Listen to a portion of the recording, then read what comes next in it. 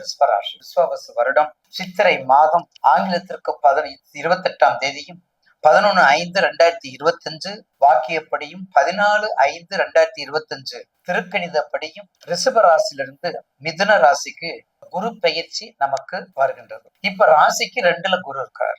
இப்ப ரிஷபத்துக்கு தான் 2ல குரு இருக்கிறாரு. அதே சமயத்துல சூரியன் புதன் இருக்காங்க ரிஷபத்துல. உங்களுடைய ராசிநாதன் 12 இருக்காரு. கொஞ்சம் செலவு அதிகம்தான், ரொம்ப கவனமா பார்த்துக்கணும்.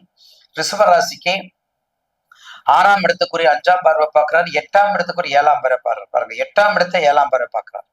ரிஷபராசிக்கு 8ஆம் இடத்தை 7ஆம் பார்வை ரொம்ப விசேஷம். வம்பு வழக்கு எல்லாம் விடுபட்டுருவீங்க. 10ஆம் இடத்தை 9ஆம் பார்வை சூப்பரான பார்வை. 10ஆம் இடம் ரிஷபத்துக்கு 10ஆம் இடத்தை 9ஆம் பார்வை பார்க்கிறார். அப்படி சொல்றதை விட தர்ம கர்மாதிபதியா பார்க்கிறார். அப்படி பார்க்கும் பொழுது ஒரு மிக சிறப்பான நன்மையை கொடுப்பார். லட்சுமியை கொடுக்கக்கூடியவர் லட்சுமி இடத்துல இருக்கிறார். தனத்தை கொடுக்கக்கூடியவர் தனலட்சுமியா இருக்கிறார் இல்லையா? அதுதான் பொருள். குரு 2ல இருந்தா என்ன அர்த்தம்? தனலட்சுமி தனத்தை கொடுக்கக்கூடிய தனத்துல இருக்கார். அப்ப ரிஷபராசிக்கு மிக அதிகமாக சொல்ல வேண்டியதுல மிக சிறப்பாக அமையும். உங்க தசாபத்தியை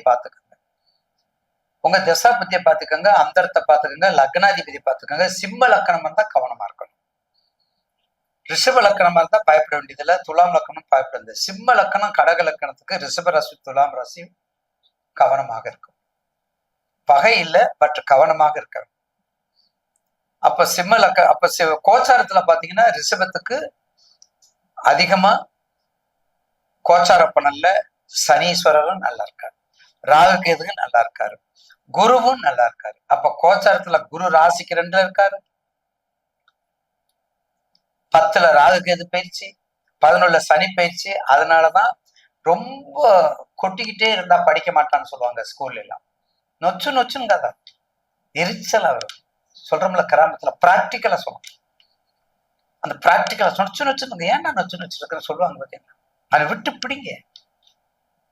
அதே மாதிரி ரிஷபராசிக்கு இது ஒரு நல்ல சான்ஸ். இதை பயன்படுத்திக்கங்க. வாழ்த்துக்கள். அம்பாள் வழிபாடு, நாச்சியார் கோவில் கருட சேவை வழிபாட மறக்காதீங்க. நாச்சியார் வழிபாடு, சக்கரபாணி கோவில், கும்பமேளா, சாரங்கபாணி. இந்த தடவை கும்பகோணம் சுற்றியுள்ள திருக்கோவில்களை பத்தி கொஞ்சம் நல்லா பாருங்க, தரிசனம் பண்ணுங்க. நிச்சயமாக உங்களுக்கு ஒரு நல்ல வாய்ப்பை கொடுக்கும், வெற்றியை கொடுக்கும், விவேகத்தை கொடுக்கும். அதுல மாற்று கருத்து அல்ல. ரிஷபராசி